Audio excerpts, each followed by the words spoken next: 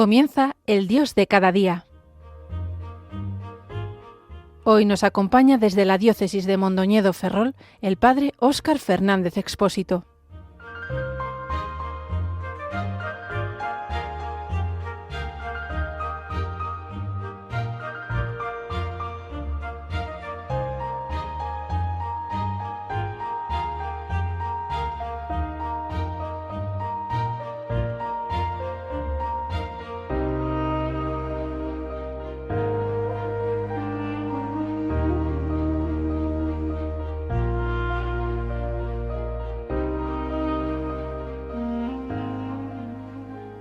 Muy buenos días a todos los que a estas horas sintonizáis Radio María. Os habla Óscar Fernández, sacerdote de la diócesis de Mondoñedo Ferrol. Concretamente os hablo desde la zona de Begonte y Guitiriz, en la provincia de Lugo. Decían los clásicos que tempus fugit, es decir, el tiempo huye, y no solo huye, a veces parece que va a la deriva y nos arrolla con él. Aunque también dicen los filósofos que el tiempo tiene mucho de relativo, incluso algunos que el tiempo no existe. No todos percibimos su pasar con la misma velocidad. A veces las circunstancias de la vida nos pueden hacer sentir que el tiempo no pasa, que casi es un momento eterno. A veces se nos hace tremendamente lento y a veces parece que se nos escapa y que incluso se nos adelanta. Sea como sea, el tiempo lo da Dios y es ocasión para encontrarle, ya sea en el frenético ritmo de una vida agitada, que corre el riesgo de dispersarnos y de ponernos al borde del colapso, sea cuando las horas se hacen eternas en el mal sentido, por ejemplo, en una sala de espera o en una cama de hospital.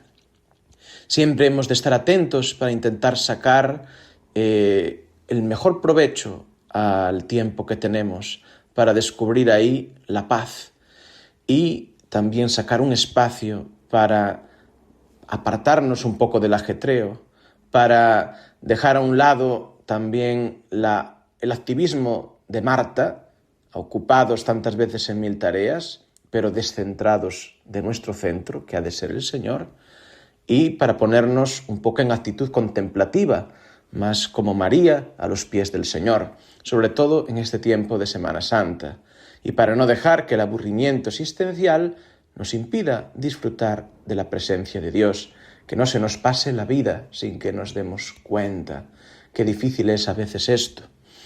En todo caso, la Cuaresma que hemos iniciado hace casi 40 días está llegando a su culminación y ya estamos de lleno en la Semana Santa. Hoy es Miércoles Santo. La Iglesia está ya preparada para celebrar el misterio central de la fe cristiana, de revivirlo de algún modo, de adentrarnos existencialmente en él.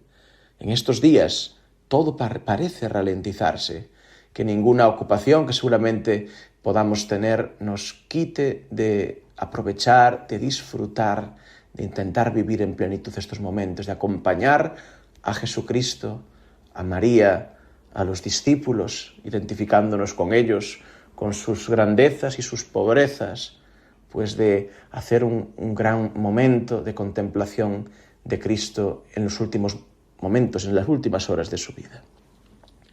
Estos días, todos, sean las procesiones, sean las prácticas devocionales y la misma liturgia, nos quieren hacer revivir aquellos acontecimientos que marcaron la última semana de la vida terrenal de Jesús, del Hijo de Dios, tal como nos lo cuentan los Evangelios, o incluso, más allá de lo que estos dicen, ha ido desarrollando el pueblo fiel en su memoria colectiva y en su imaginación.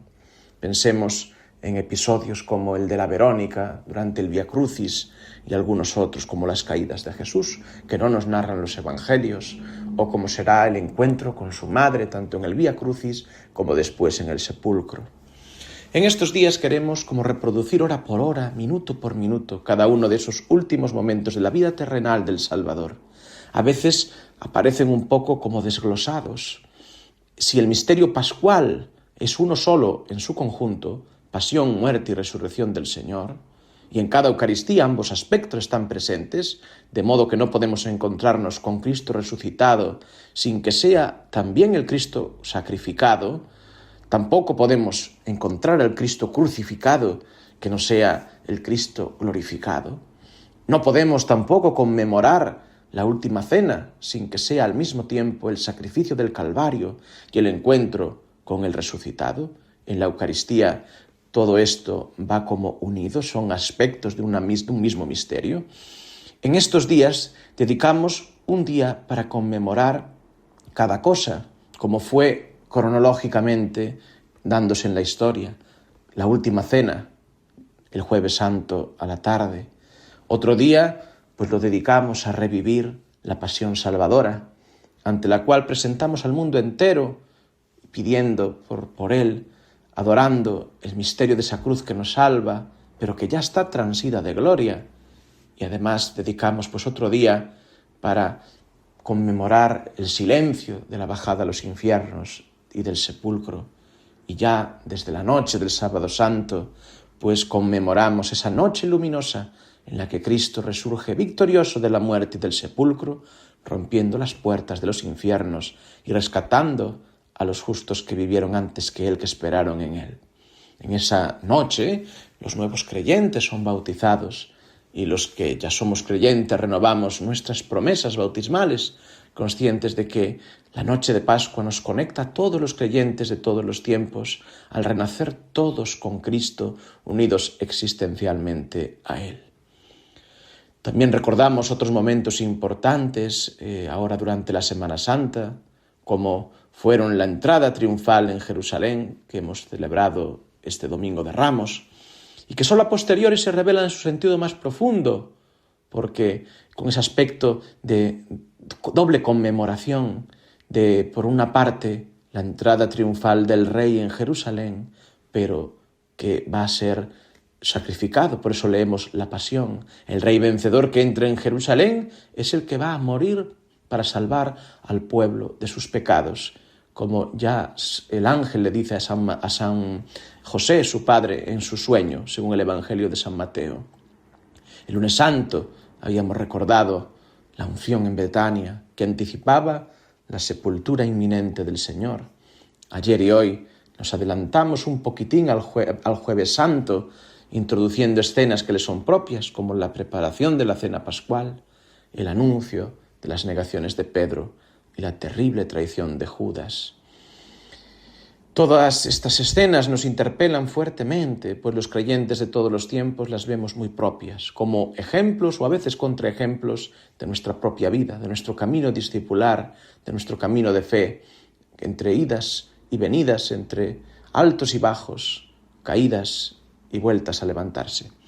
Y es curioso que fueron eventos tan en cierto modo casuales, muchos de ellos, donde se imbricaron tantas circunstancias, la debilidad humana, la libertad de cada uno, a veces mal usada, las presiones externas, y que sin embargo fueron tan decisivos para la historia de la salvación, mostrando que ésta se hace no de forma perfectamente lineal, sino contando con el fracaso humano y siempre con la mano tendida de Dios.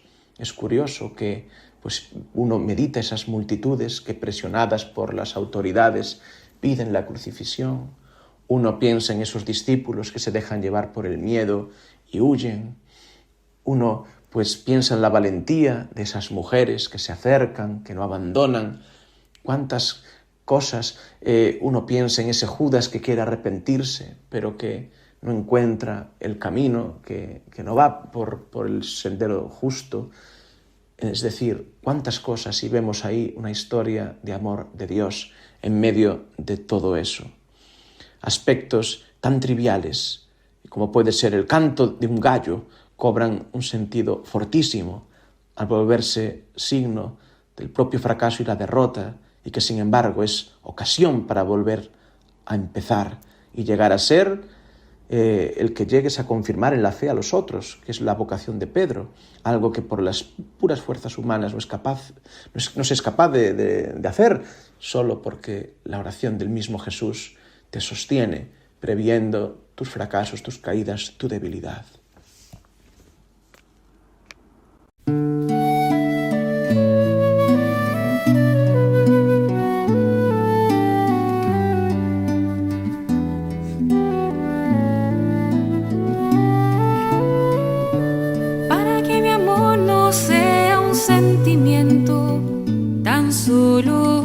deslumbramiento pasajero,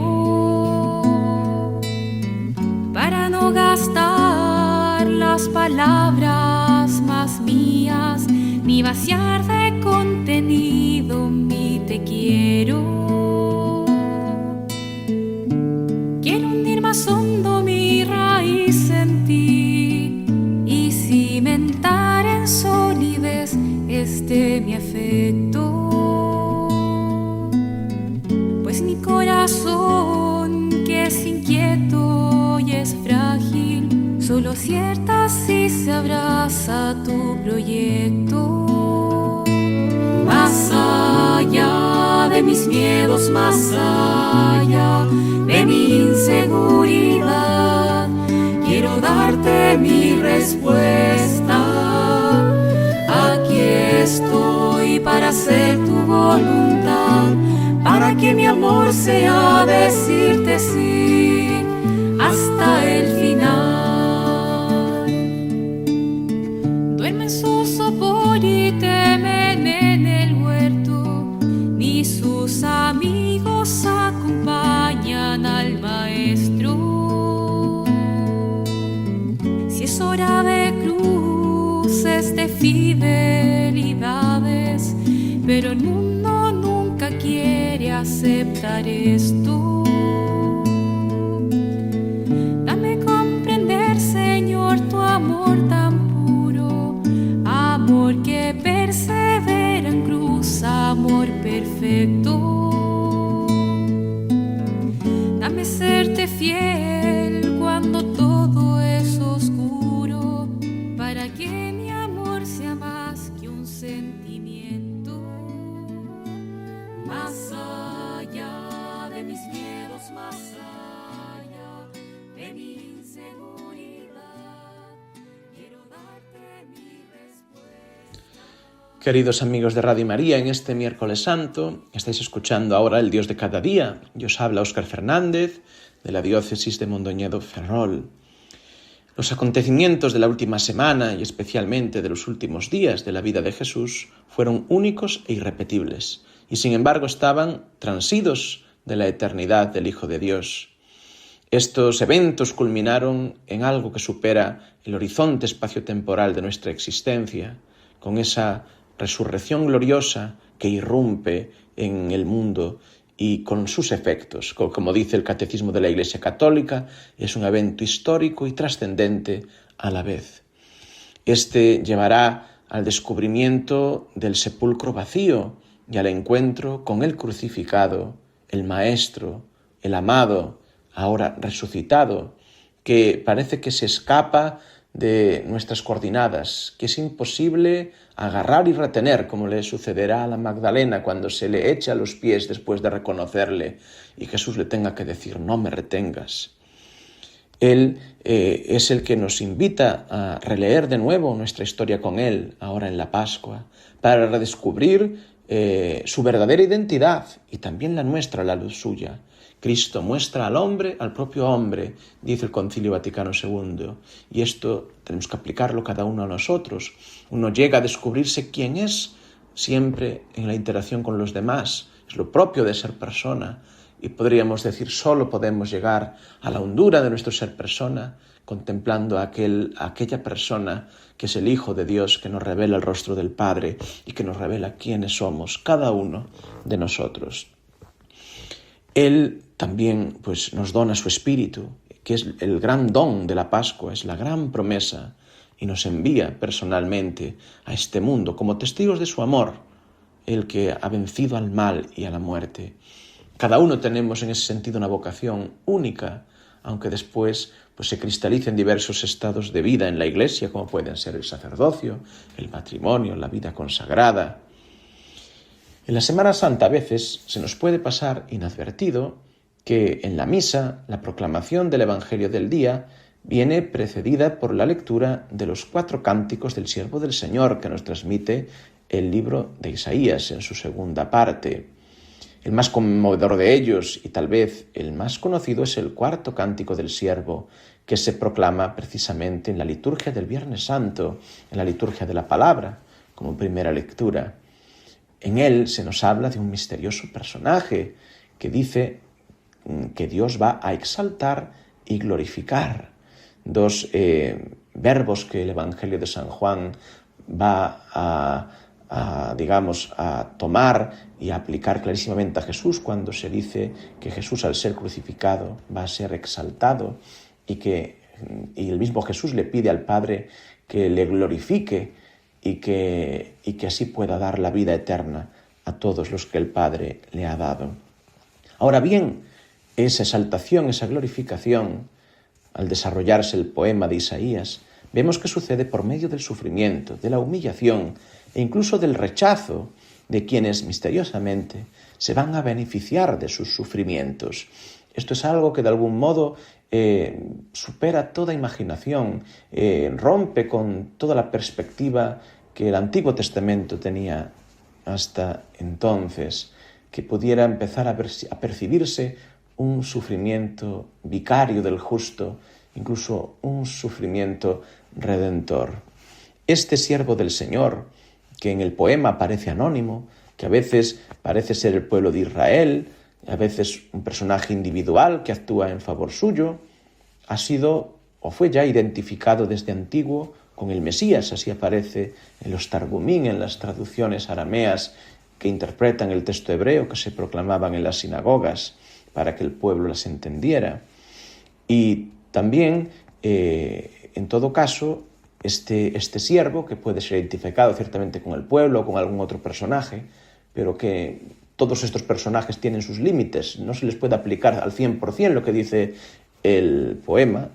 Este personaje aparece presentado como alianza del pueblo elegido y también luz para las naciones, y como aquel que pacíficamente viene a restaurar lo que está caído, sin apagar la mecha vacilante. Es en el tercer cántico que se proclama este miércoles, que se proclamó hoy en la liturgia, que este siervo se dice que ofrece voluntariamente su espalda a los que le apalean, como cordero llevado al matadero, que también es el que puede constatar que aunque todo a veces parezca inútil, como los propios esfuerzos, Dios es quien nos sostiene. Dice en algún momento: en vano y en nada he gastado mis fuerzas. Esto puede entenderse como que tantas veces en la vida ponemos la confianza en aquello que no merece la pena, en los ídolos. O cuántas veces también nos puede parecer hemos intentado trabajar por el reino de Dios, pero no ha servido de nada, o eso es lo que nos parece. Pero aquí viene la contrarréplica: es el Señor mi apoyo, es Él el que me lleva, el que me da la fuerza, el que me sostiene. En la búsqueda de Dios, a la que nos debe llevar la intensificación de la oración en estos días, es esencial la contemplación de Cristo, de su santa humanidad y de su pasión. A esto nos invitaba la semana pasada, la semana de pasión. Es la consecuencia del misterio de la encarnación y de la Navidad. Cristo nace para poder dar la vida. Sobre todo con la práctica devocional del Vía Crucis nos adentramos en este misterio que cada viernes se realiza en tantas parroquias, que también se retransmite en Radio María. Es especialmente interesante que aquí se nos manifiesta el ser propio de la visión cristiana. Contemplamos no unas ideas, sino contemplamos a una persona con mayúsculas, que por una parte nos revela a Dios y por otra nos vemos reflejados cada uno de nosotros, porque Él se ha identificado con cada uno. Por otra parte, es especialmente significativo cuando el Vía Crucis lo hacemos en comunidad, porque se expresa ese ser comunal de la Iglesia, ese ser personal y eclesial. No soy yo solo, sino con otros ante Cristo, que como Iglesia que somos miembros de una humanidad herida y llamados a ser sanadores de dicha humanidad a la que pertenecemos, acompañamos al Señor. Sentimos de algún modo que en Él todos somos uno. En este sentido, me parece que también nos puede ser muy oportuna la lectura del libro del obispo Eric Varden, Heridas que sanan. Este obispo se ha hecho famoso por haber impartido estos días hace un mes, los ejercicios espirituales al Papa León XIV y a la Curia Romana. Pues Eric Varden, en este libro de las heridas que sanan, parte de un poema que se atribuyó en su día a San Bernardo y que le lleva a una contemplación de las heridas de Jesús crucificado. Podemos ver allí no solo las heridas del Dios hecho hombre, sino darnos cuenta de que cada uno de nosotros somos de algún modo partícipes en ese dolor del Hijo de Dios. Eric Varden, comentando cómo los clavos de Cristo que atraviesan su carne son obra de los hombres, dice que cada uno puede sentirse partícipe de ello. En una de sus páginas dice: frente a la cruz reconocemos nuestra contribución personal a los clavos que mantienen a Cristo cautivo en ella. Hasta aquí la cita.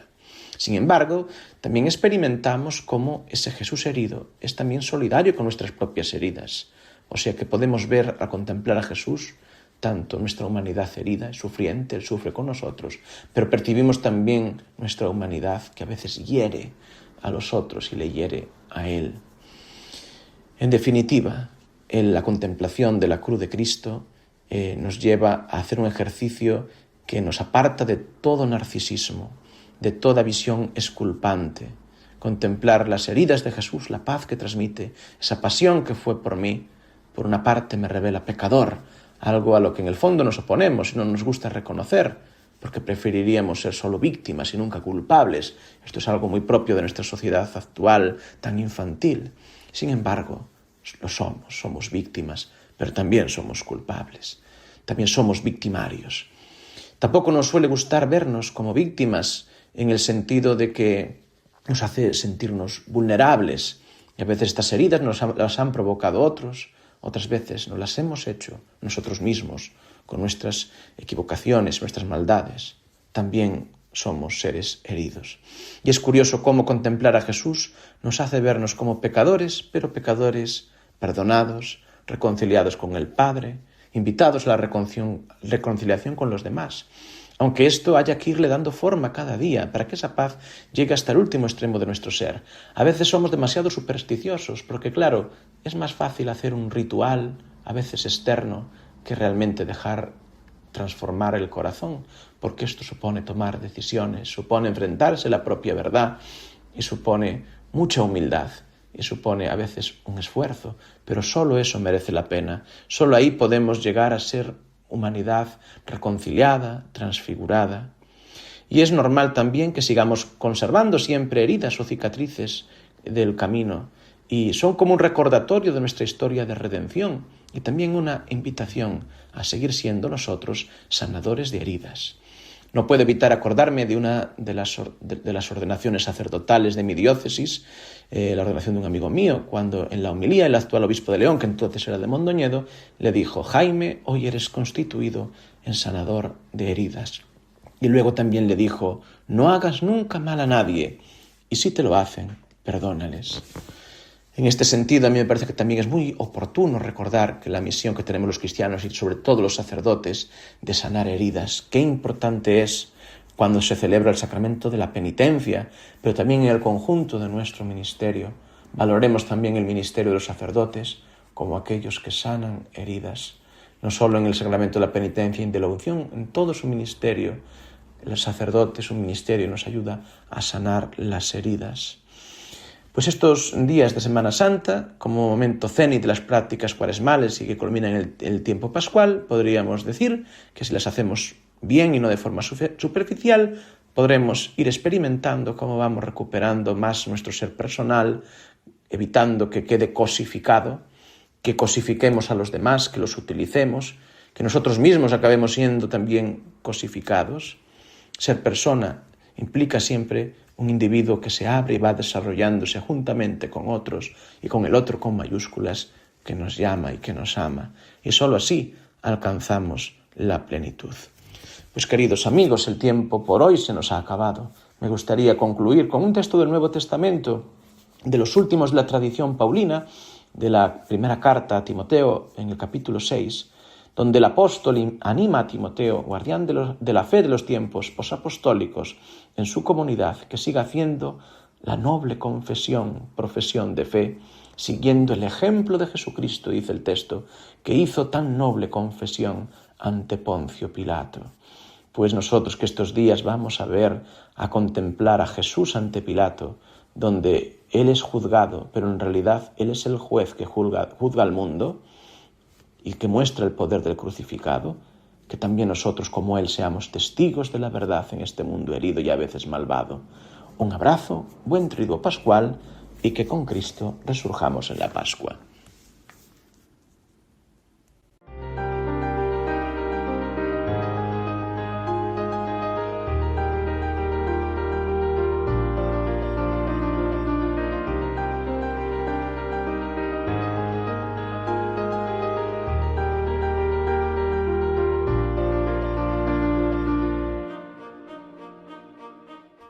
Así finaliza el Dios de cada día.